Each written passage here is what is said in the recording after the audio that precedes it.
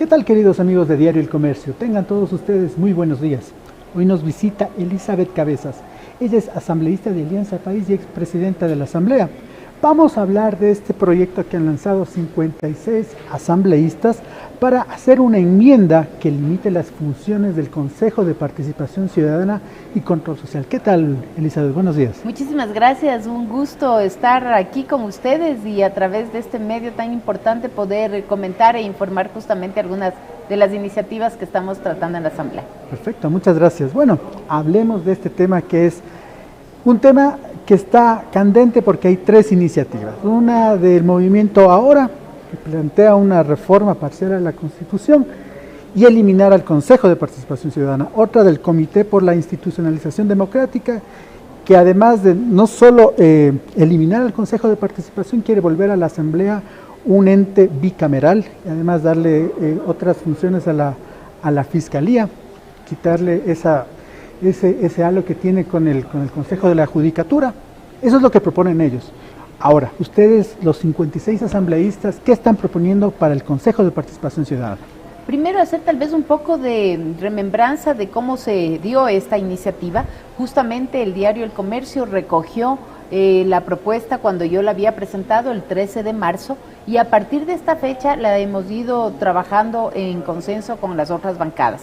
Siempre la intención fue que esto salga como una propuesta desde la Asamblea Nacional y recogió varias de las observaciones y aportes desde los otros grupos. Hemos tenido varias reuniones hace pocos días y se decidió que sea el mecanismo de enmienda, efectivamente, el que se canalice como la propuesta de la Asamblea Nacional. Estaban, como usted también bien lo ha dicho, algunas otras alternativas que eran propuestas de reformas que ahora paralelamente se están impulsando.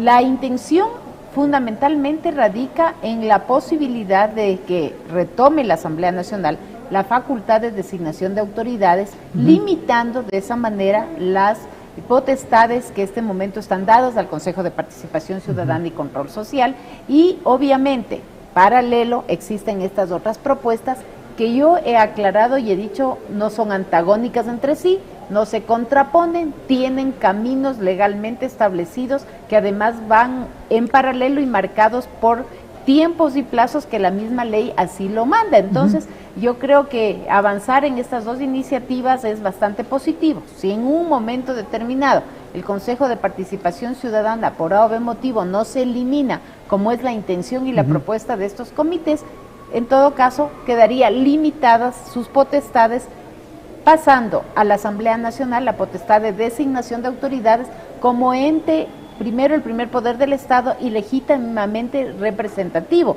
tanto en el ámbito político cuanto en el ámbito ciudadano. Ya, en ese caso tendríamos una cuestión, por un lado las enmiendas, pero también estaría en la reforma constitucional a la par, no habría ningún problema. No pueden complicarse entre ellas porque definitivamente tienen dos senderos distintos. En el primer caso, en el caso de las enmiendas, ahora nosotros estamos a la espera de que la Corte Constitucional nos envíe una carta de admisibilidad de del planteamiento. El control constitucional que se llama, ¿cierto? ¿no? Exactamente, nosotros ahí entraríamos recién al debate de la enmienda. La ley lo establece así, entre el primero y segundo debate tiene que pasar un año, por lo tanto el segundo debate, obviamente en el mejor de los escenarios estaríamos hablando para el año finales del 2020, entonces esto tampoco va a correr para las elecciones del 2021. Hay algunas preocupaciones que obviamente se han dado diciendo es que esta asamblea está legislando para que ellos sean los que designen. Aquí hay dos cosas importantes. Primero, que la vigencia de esta ley no sería sino para años posteriores, cuando ya esta asamblea haya cambiado y renovado incluso sus miembros. Y la otra es que existen plazos para los cuales fueron nombradas las distintas autoridades que deberán ser respetados y pues obviamente ninguno de estos es anterior a los 5 o 4 años, me parece que es el plazo menor de las autoridades que fueron designadas. Claro, entiendo. A ver, ¿por qué este grupo de 56 asambleístas decidió la enmienda como el recurso que debía plantearse para esta posibilidad de limitar las funciones del Consejo de Participación Ciudadana? ¿Por qué este recurso y no la reforma parcial, por ejemplo? Claro. porque en el caso de las reformas parciales nosotros estamos claros, esto está atado y eso es de lo que están planteando los otros actores políticos y ciudadanos, está atado a un plebiscito, a una consulta popular para que finalmente se pronuncie la ciudadanía. ¿Qué es una de las preocupaciones? ¿Cuál es una de las preocupaciones fundamentales? Que esta consulta, al momento en que se viene manejando, va a coincidir con la época de las elecciones del año 2021 y esto obviamente puede tener un tinte más político que ciudadano y puede ser manejado políticamente, incluso como bandera de batalla de muchos de como los candidatos. Como un plebiscito más o menos. Y puede resultar un plebiscito en el que no se entienda ni siquiera la dimensión de lo que estamos tratando de consultar, sino que se relacione a lo que usualmente ha sucedido. No sería la primera vez, ¿no es cierto?, con una antipatía o simpatía con el gobierno. Lo que pasó en el 86 con Entonces, León Febres Cordero, ¿verdad? Exactamente, ya tenemos una experiencia, es por eso que yo digo, si el resultado de esa consulta es para que desaparezca el Consejo de Participación Ciudadana, obviamente todos los ecuatorianos respetaremos esa decisión que se ha dado en las urnas. En caso de que este Consejo de Participación no se elimina por resultado de la consulta, ya la Asamblea limitó sus funciones justamente con este mecanismo de enmienda. Si entiendo bien sus palabras, también podría resultar un plan B en todo este proceso que tenemos en este momento, que fue primero la transición y luego ver qué está pasando con el Consejo de Participación Ciudadana, en el sentido de que finalmente no debe existir ese estamento del Estado, ¿verdad? Claro, algunas personas con quienes hemos conversado dicen, bueno, si le quitan la designación de autoridades, entonces ¿qué hace el Consejo de Participación? Yo ahí lo que he planteado y he hecho es recordarles cuáles fueron los principales motivos que llevaron a la creación del Consejo de Participación. Combate a la corrupción, del cual no ha hecho absolutamente nada. Fortalecer la participación ciudadana, que ha sido más bien manipulada y manejado al antojo y al interés de los grupos que han estado encabezando el Consejo de Participación. Y fortalecer los mecanismos de transparencia. Tres de los ejes más importantes que dieron origen al Consejo de Participación Ciudadana realmente no han tenido ningún tipo de activación. Justamente yo tuve una reunión con el presidente del Consejo de Participación Ciudadana para plantearle la importancia de que ellos retomen y encabecen una propuesta que yo hice en la Asamblea Nacional y que la entregué el 18 de julio del año pasado, referente a la Ley de Recuperación de Capitales, por ejemplo. Esa es una herramienta importante que tampoco compite con ninguna otra instancia de control del combate a la corrupción, sino que más bien abona mecanismos extrajudiciales para recuperar los fondos. Todos los ecuatorianos, ¿qué es lo que dicen? Bueno, ya el uno va preso, el otro está convocado, el otro está en juicio, pero resulta que la plata no asoma. Y efectivamente creo que el mejor resultado que nosotros podemos dar es la recuperación del dinero para que eso sirva para financiar tantas otras inversiones que en este momento requiere el gobierno. Fue más o menos el 13 de marzo cuando usted presentó esta iniciativa y recuerdo que habíamos publicado eso y como que de alguna forma se sintió que no había un apoyo dentro de las bancadas. ¿Qué ha pasado durante estos 6 meses? Porque son 6 meses dan. ¿Qué ha pasado en estos 6 meses para que finalmente haya habido las 56 firmas que hayan logrado ponerse de acuerdo? ¿Cómo fue ese tiempo? A ver, debo comentarle que cuando yo hice la presentación de la propuesta, yo había tenido una conversación informal, por decirlo de alguna manera, con varios de los miembros de las bancadas y justamente les había compartido el documento para recibir los aportes. Inmediatamente de eso se empezaron a generar estos distintos aportes que ahora han permitido tener un documento final. Pero también debo comentar que esto se cruzó con la cercanía de las decisiones de los cambios dentro de la Asamblea y fue inclusive interpretado por parte de algunos miembros de los medios como un interés de hacerme una campaña anticipada, cuando en realidad esto no era de esa manera, sino que era la necesidad y la oportunidad, porque era previo a que se posesionen, recuerde usted, todos los miembros del Consejo de Participación. Entonces era una acción más bien oportuna en su momento de plantear este tipo de cosas. Sin embargo, los días y el tiempo me ha dado la razón y me siento más bien contenta con eso, porque ahora en base a esta propuesta hemos recogido y hemos enriquecido con las iniciativas de otros miembros de la Asamblea para tener este documento que tendrá que entrar además a debate, o sea, no es un documento final, es una propuesta de partida para que el resto de asambleístas puedan dar sus opiniones, sus criterios, pues, y sumarse a esta iniciativa en un momento determinado. Hay la buena voluntad de muchísimos asambleístas de sí hacerlo, más allá de que muchos de ellos siguen pensando que la iniciativa de eliminación es una iniciativa válida y que ojalá que esa se pueda llegar a feliz término.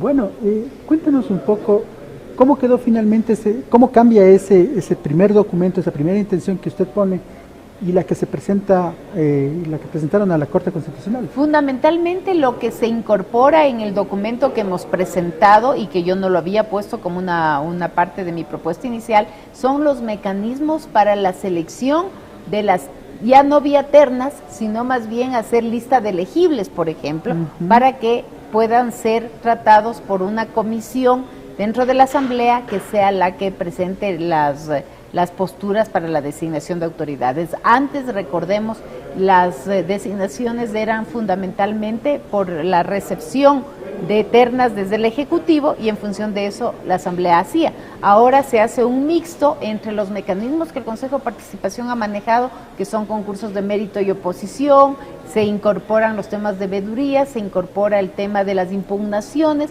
es decir, hay un mecanismo que ayuda a que efectivamente se pueda filtrar y hacer una mejor selección de estos candidatos. Inclusive para el tema de la Corte Constitucional se plantea una comisión técnica conformada por catedráticos de universidades en los ámbitos de derecho constitucional. Entonces, se está tratando de buscar filtros que mejoren la calidad de la selección. Siempre habrá, usted sabe, críticas, inconvenientes, cuando no se quieren hacer bien las cosas. Todos los mecanismos pueden ser sujetos a una manipulación, pero creo que aquí hay que darle un voto de confianza a las personas que en su momento deberán tomar este tipo de decisiones, y el afán es obviamente darle la fuerza que requiere la Asamblea Nacional para su accionar el futuro. Interesante, porque en este mismo set de entrevistas tuvimos el día lunes a Pablo Dávila, y él hablaba acerca de las diferencias entre, por ejemplo, su propuesta y la de él, y él decía que recogía esta situación de la participación ciudadana en cuanto al nombramiento de funcionarios de control en el país. Pero claro, no se tenía esta cuestión que ustedes también están poniendo esto en su proyecto. Y claro, fue muy claro al decir que con esta propuesta volvería a la troncha, recuerdo, lo dijo aquí. Claro. ¿Es así o no es así? Justamente la idea es evitar que eso se dé. Mire, el escenario político de la Asamblea siempre está sujeto a la veeduría ciudadana y a las críticas permanentes que se pueden hacer a este organismo. Pero el incorporar estos mecanismos de selección, de participación, de impugnación, de veedurías, ayuda a mejorar la calidad de la selección. No le puedo garantizar de que efectivamente las cosas se vayan a dar de esa manera, pero el espíritu con el que estamos haciendo la norma es un espíritu de transparentar y de hacer plural la selección, incorporar estos elementos que siempre son positivos cuando son bien manejados, y que la ciudadanía también pueda ser partícipe. Evitar esta preocupación del reparto que ha sido la característica de los congresos y anteriormente de las otras instancias de gobierno, pero sobre todo fortalecer, y eso es lo que nosotros también planteamos, la institucionalidad de la Asamblea Nacional como primer poder del Estado y órgano de representación legítima. Pero es una pregunta hipotética, aunque las preguntas hipotéticas a veces pueden ser complicadas, pero si se diera la consulta popular para la reforma parcial que está proponiendo Pablo Dávila, y se llega a implementar la bicameralidad, de alguna forma, ¿usted votaría por esa cuestión? ¿Usted está a favor de que haya una bicameralidad en el país? A ver, me preocupa un poco porque el Ecuador ya vino de un sistema bicameral.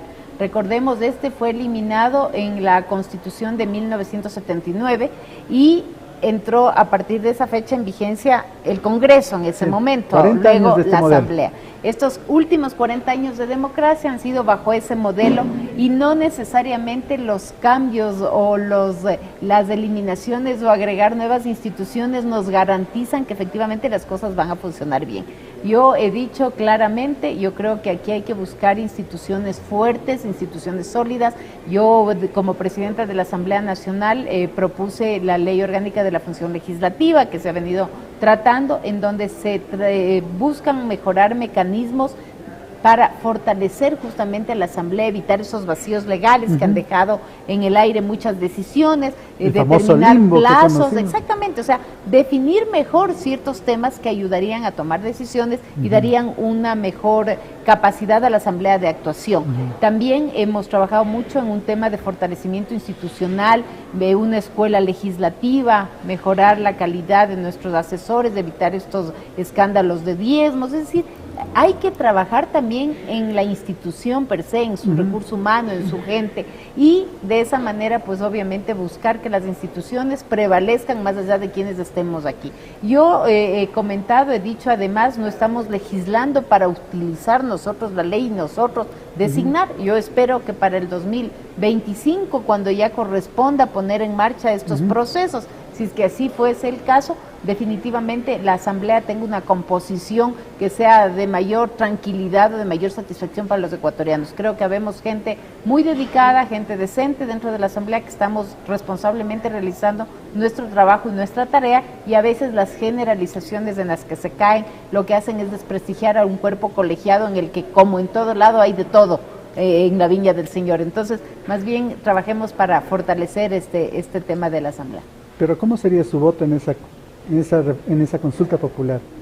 Porque claro, se establece que desaparece el Consejo de Participación Ciudadana, pero hay que poner lo que pasa es que bicameral. dependerá cómo se planteen las preguntas. Yo ahí tengo mis preocupaciones porque he comentado también, me preocupa que esta consulta pueda empatar con las elecciones del 2021 y esto se constituya más bien en un punto de campaña electoral de los candidatos y se tergiverse totalmente el fin y el objetivo de la consulta.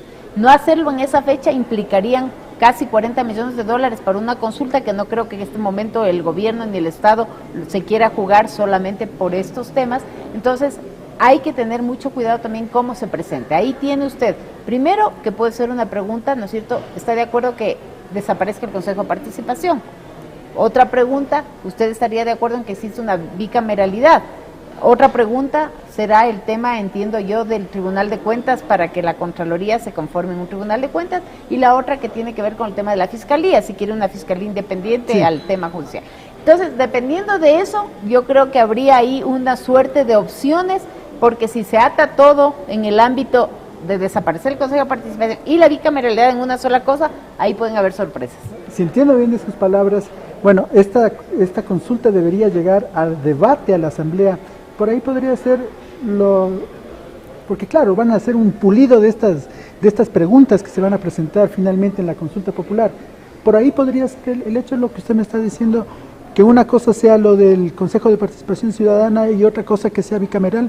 O sea, es mi propuesta. Me parece que sería un tanto riesgoso atar las dos cosas porque puede ser sujeto a malas interpretaciones. De hecho, el que exista una segunda cámara sí implica una logística, una administración distinta, separada de la otra asamblea. Son gastos y cargos operativos, representa un cuerpo de apoyo en ese ámbito. Ahí también yo he escuchado, también de parte de quienes son proponentes de estas consulta y de estas preguntas, el tema de limitar, por ejemplo, el número de asambleístas, de dejarlos en 30 y tener una cámara, en 90 y la cámara de 30. Ajá. Entonces, no sé cómo sería ese mecanismo, porque la ley también claramente establece el incremento en función del crecimiento poblacional y cada 10 años se hace un censo. En el 2020 tocaría un nuevo censo que determinaría las representaciones. Entonces, me parece que hay muchos factores todavía sueltos que tienen que ser analizados en su conjunto y bien claros determinar cómo irían este tipo de consultas. Bueno, pasemos a otro tema. Vamos a hablar ahora de qué es este debate que se está produciendo en la Asamblea Nacional sobre los cambios al Código de la Democracia. Hay tres puntos que son bien importantes y que los hemos debatido aquí. El uno es el gasto que corren los candidatos, la transparencia, pero también está el método de Hunt. Y el método de designación de el método de designación de escaños. ¿Cómo ve usted a las bancadas? ¿Hay la capacidad de cambiar estos temas que son tan sensibles? ¿Cómo lo ve usted? Bueno, justamente el día de hoy, esta mañana, la Asamblea retoma ese importante debate.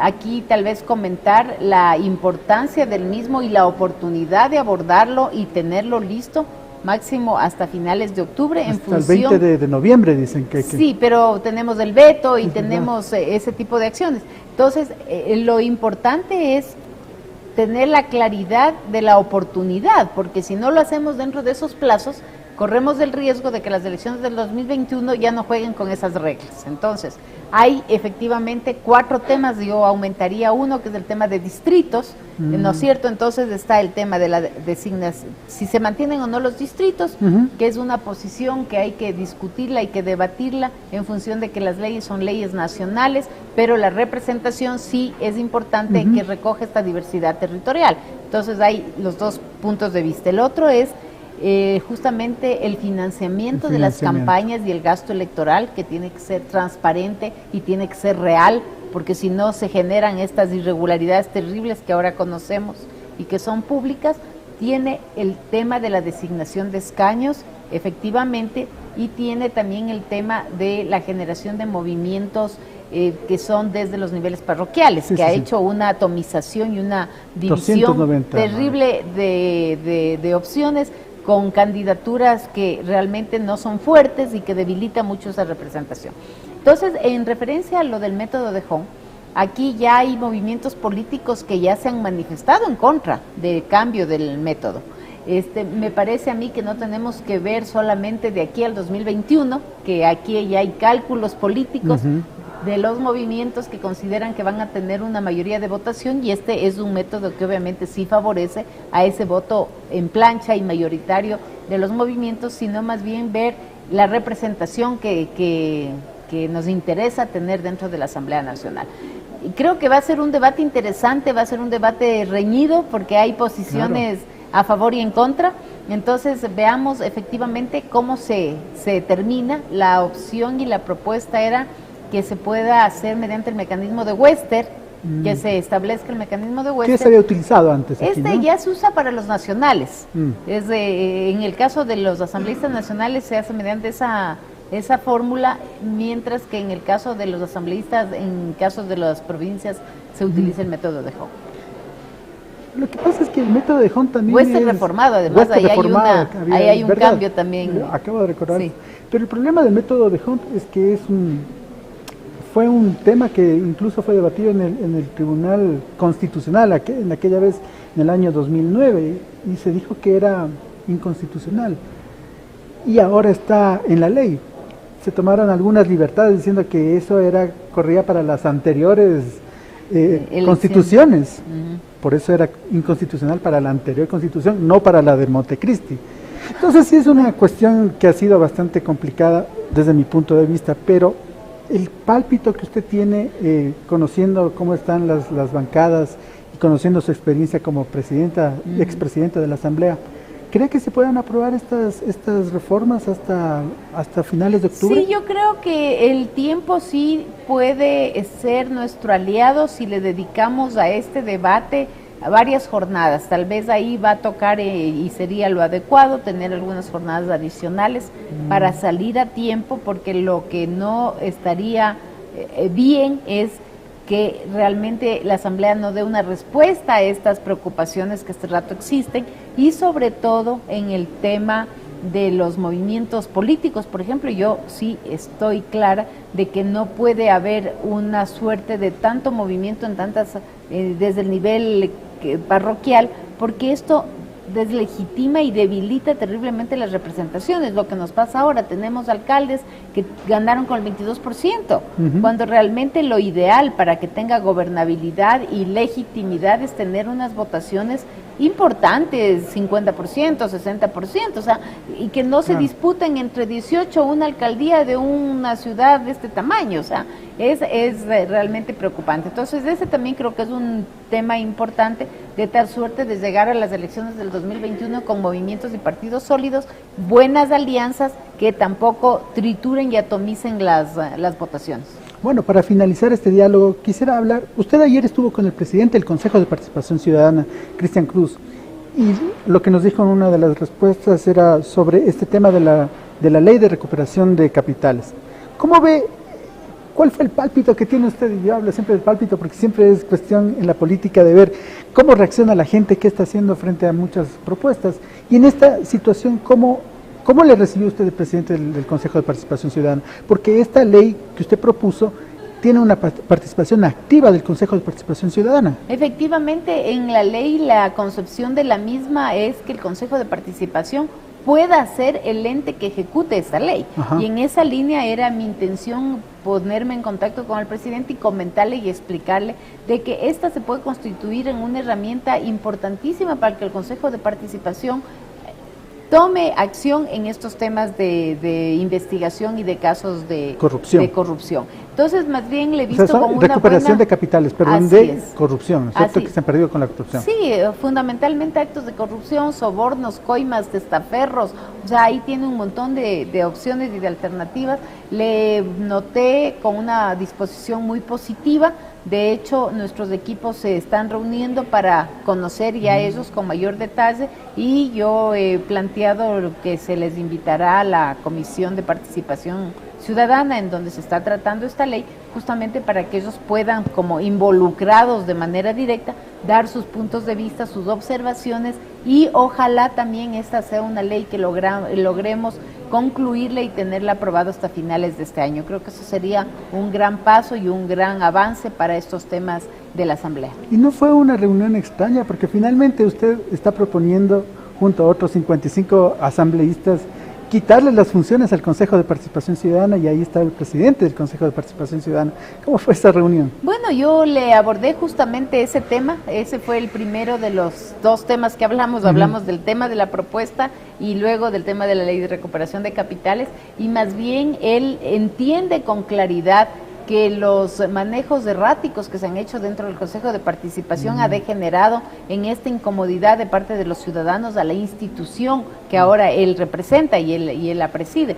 Sin embargo, él obviamente ha dicho que él sobre todo defenderá su posición, pero también acatará la decisión de los ciudadanos.